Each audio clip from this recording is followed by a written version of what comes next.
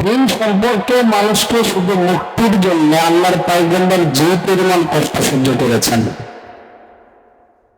আল্লাহর পয়গম্বর বলেন আমার পূর্বে কোন নবীকে আল্লাহ তাআলা এমন কষ্ট দেন নাই। হযরত খাদিজাতুল কুবরা রাদিয়াল্লাহু তাআলা আনহা বলেন আল্লাহ পাক রব্বুল আলামিন মানুষকে দিনের পথে বুঝাবেন কিভাবে দিনকে প্রতিষ্ঠিত করা যায়। এই জন্য আল্লাহ তাআলার একটা বিধান শরীয়ত আল্লাহ তাআলা বিধান দেওয়ার জন্য না, কুরআনে কারীম আল্লাহ তাআলা নাযিল করে দেন। আল্লাহর পয়গম্বরকে জাবালে নূর হীরা গুহার মধ্যে দীর্ঘ সময় একত্রিত ভাবে একচ্ছন্ন ভাবে আল্লাহ তাআলার ইবাদতে মগ্ন একাকে থাকতে আল্লাহর পয়গম্বর পছন্দ করেন। দীর্ঘ সময় পর আল্লাহ তাআলা সূরা আলাকের 5টি আয়াত আল্লাহ তাআলা নাযিল করলেন। আল্লাহ তাআলা বলেন ইকরা বিসমি রাব্বিকাল্লাযী খালাক খালাকাল ইনসানা মিন আলাক ইকরা ওয়া রাব্বুকাল আকরাম আল্লাযী আল্লামা বিল কলম। হাবিব আপনি পড়েন আপনার প্রভুর নামে যিনি আপনাকে সৃষ্টি করেছেন। আয়াতটা যখন আল্লাহ রাসূল নিয়ে আসছেন, সংক্ষেপে বলি, হযরত খাদিজা রাদিয়াল্লাহু তাআলা আনহার কাছে আসার পরে এসেই আল্লাহ রাসূল বলতেছেন জান্নাতুল খাদিজা আমাকে চাদর দিয়ে আঁকড়ে ধরে চেপে ধরো। জিবরাইল আলাইহিস সালাতু ওয়াস সালামকে আল্লাহ রাসূল এই সময় স্বর্গে দেখেছেন, তারা পর্যন্ত দেখে নাই।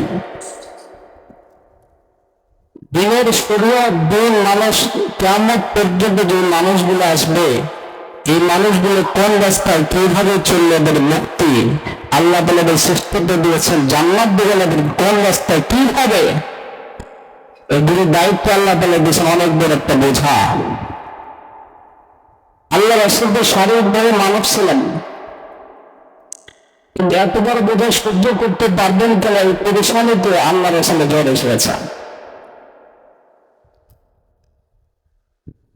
এই নাজিলের যে সুরাত আল্লাহর পয়গম্বর এক সাহাবী বলেন আল্লাহ রাসূলের যখন ওহী আসতে কয়েকটা সূরাতে আসতে সবচেয়ে বেশি যে সূরাত কষ্ট আল্লাহ রাসূলের এইটা আমার বুঝতে কষ্ট হচ্ছে, আল্লাহ সালসালাতুল জারস অর্থাৎ ঘন্টার ঘন্টার মতো। এটা যখন আল্লাহ রাসূলের নাজিল হতো ওহীটা আসতো একটা ঘন্টির আওয়াজ হতো, অনেক গল এই আওয়াজ হচ্ছে। এই আওয়াজে কি হবে? ওই দুনিয়াবী যে চিন্তাধারা, এই চিন্তাধারা আমার মাথায় থাকতো না।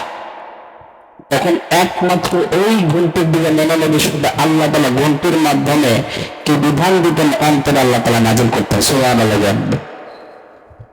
কোনো কোনো সময় আল্লাহ রাসূলের উপরে সরাসরি জিবরাইল আমিন মানুষের সুরতে আসতেন।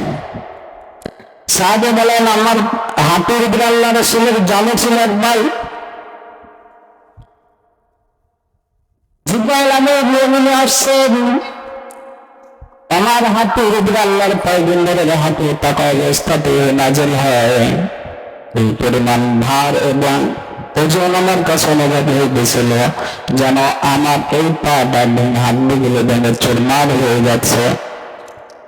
আল্লাহ রাসূল সাল্লাল্লাহু আলাইহি ওয়াসাল্লামের যখন ওহী নাযিল হতো, হযরত আম্মা জান আয়েশা সিদ্দিকা রাদিয়াল্লাহু তাআলা আনহা বলেন আল্লাহর পয়গম্বরের যখন ওহী নাযিল হতো আল্লাহ রাসূলের চেহারা প্রচন্ড শীতের মধ্যে ঘর্মুক্ত চেহারা ভেঙে যেত। ঘামের অবস্থা আল্লাহ রাসূলের পরিশানের চেহারা দেখা যেত।